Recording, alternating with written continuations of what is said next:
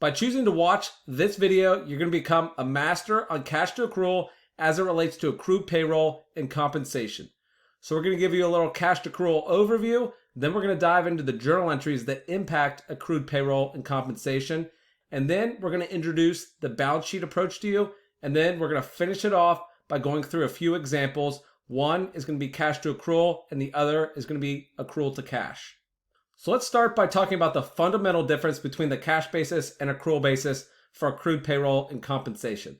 So under the cash basis, we would recognize when compensation is paid in cash to employees. So when the cash is actually being paid, right, through either cash or a paycheck, that is when compensation expense is recognized under the cash basis. So under the accrual basis, instead of compensation expense being recognized when it's paid, it's when it's earned. So when the employee performs the service and earns the compensation, that's when we would recognize compensation expense under the accrual basis. So while there could be no difference between the cash and accrual basis, there usually is, right? There's usually a lag between when the compensation is earned and when it's ultimately paid. We've all said, okay, I worked these 2 weeks, but then I'm getting paid next month, right? So let's look at the example. As we can see, well, on December 31st, year one, under the accrual basis, we would record that compensation expense because it was earned, but it has not yet been paid. And so when it comes to the cash basis, well, that same compensation expense would be recorded when the compensation is paid. And that could happen on January 5th, year two, right? So that's about 5-6 days later. Well, in between there, we would need to record an accrued payroll liability because, again, the compensation has been earned but not yet paid. So that is the fundamental difference between the cash basis and accrual basis when it comes to compensation. So let's shift over to what actually impacts accrued payroll. And again, we would only have accrued payroll on the balance sheet under the accrual basis. So that balance sheet account is going to be increased when the company incurs wage expense but defers cash payment. So said differently, when that employee earns the compensation, but they have not yet been paid, we're going to increase that accrued payroll account.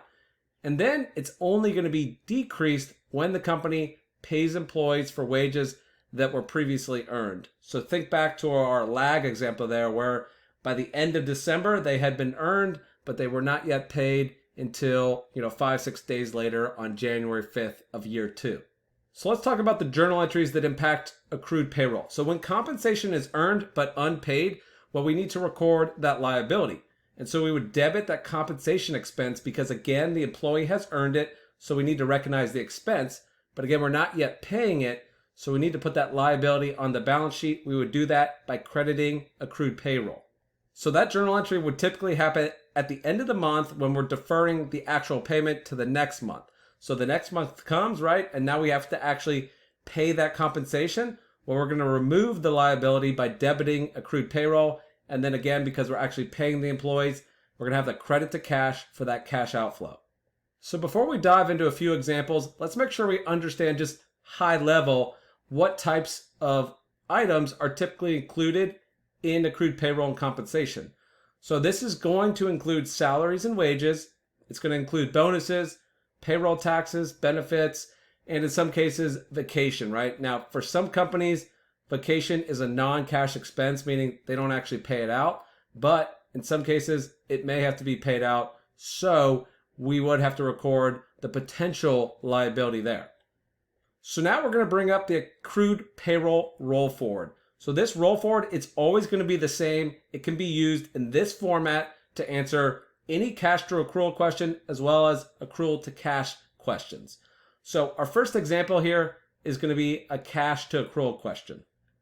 So we have Hero Firefighters, and bless them, right? They do an amazing job and they really take care of us. So again, let's always thank our firefighters. So Hero Firefighters had the following financial information during year one.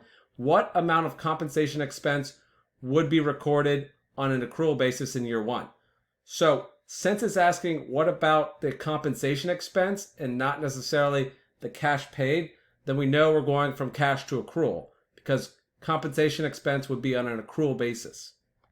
So the question gives us beginning accrued payroll of $500. So plug that into our roll forward. And then they also give us ending accrued payroll of $250. So plug that into the roll forward. Now, for compensation paid, that's going to be in cash. That's going to be $750. But that's going to be a negative number, right? Because that's a cash outflow. And as we recall, that actual cash payment reduces accrued payroll on the balance sheet. So compensation earned but unpaid, that's our plug here, and that's what we need to figure out. And since this roll forward always has to balance, well, the number here is going to be $500, because if we think about it, if we had beginning accrued payroll of $500 plus compensation that was earned, right, that's going to increase the liability. That takes us up to $1,000. And then in order to get to ending accrued payroll of $250, well, we have to pay out $750. So that's how we can figure out how to go from cash to accrual. Now in this example, we're going the opposite direction and going from accrual to cash. And how do we know that? Well, it says what amount of compensation was paid. So that's the cash basis amount that we need to figure out. And if we look at what they give us here, instead of giving us compensation paid, they give us compensation earned but unpaid. So that's going to be on an accrual basis. So the beginning accrued payroll and ending accrued payroll, those are the same. Let's plug them into the roll forward. So then if we plug in compensation earned but unpaid of $1,000, well, that takes our accrued payroll liability all the way up to $1,500. And in order to get down to ending accrued payroll, then we know that we must have paid out in cash compensation of $1,250. So there you have it. You're now a master of cash to accrual and accrual to cash for accrued payroll and compensation. Just remember the balance sheet approach.